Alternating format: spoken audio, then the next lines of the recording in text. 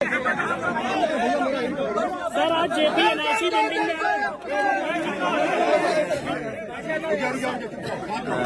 आज हम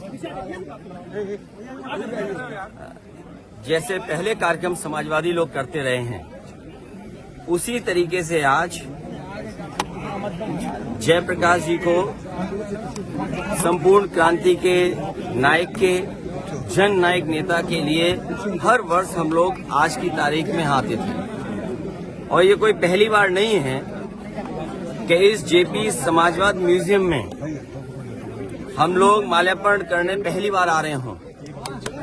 लेकिन पता नहीं सरकार टीन की शेड लगा करके टीनें लगा करके दरवाजा बंद कर करके ताला लगा करके पता नहीं क्या बताना चाहती थी।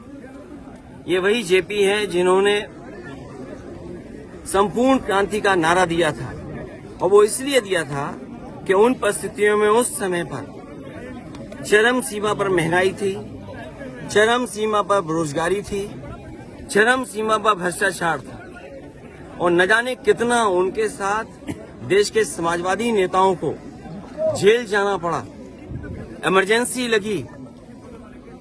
और जिस समय वो पीजीआई अस्पताल में थे उस समय जो उन्होंने जेल डायरी लिखी उसमें लिखा कि मैं कैसे सोच सकता हूं एक लोकतांत्रिक देश में इमरजेंसी लग जाएगी। उसमें न जाने कितने लोगों को जेल भेजा गया, कई लोग कई वर्षों रहे और उस पीड़ा को, उस तकलीफ और परेशानी को जीवन भर नहीं भूल पाए। लेकिन जो नारा दिया था संपूर्ण क्रांति का, जो जगाने का काम किया था, उसने परिवर्तन लाने का काम हुआ और किया जनता ने।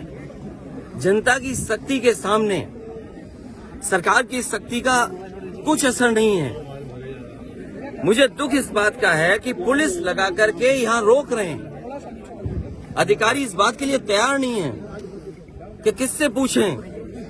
तो कम से कम ये देश की और प्रदेश की जनता जाने और लोग जाने आखिरकार कौन रोक रहा है, कौन रोक रहा था। इसलिए मजबूरी में जिस तरीके से हर बार माल्यार्पण करने हम समाजवादी लोग आते थे, मुझे याद है जब उद्घाटन हुआ था नेताजी यहाँ आए थे, नेताजी से मैंने उद्घाटन करवाया था।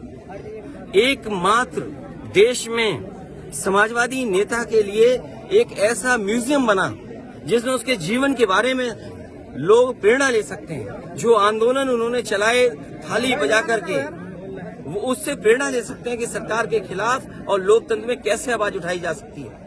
आप आवाज दबाने का काम कर रहे हैं उन समाजवादियों को, उन आने वाली पीढ़ी को जो देश के लिए कुछ करना चाहते हैं, सपना देखा उन्होंने।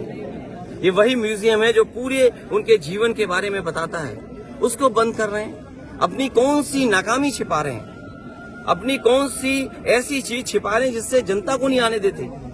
न केवल ये म्यूजियम जो पीछे बड़ी इमारत है, बड़ी बिल्डिंग है जो कभी नेताजी ने, जॉर्ज फर्नांडिस ने और उस समय के समाजवादी लोगों ने इसका शिलान्यास किया था।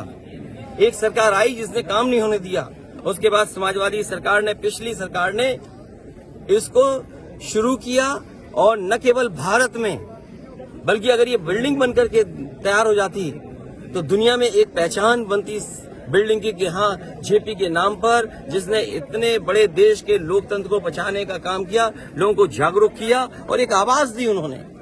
और मुझे लगता है कि देश की जनता को एक बार फिर इस सरकार की ताकत के खिलाफ लड़ना होगा और बिना जनता की शक्ति के लोकतंत्र, समाजवाद और सेक्युलरिज्म बचने वाला नहीं।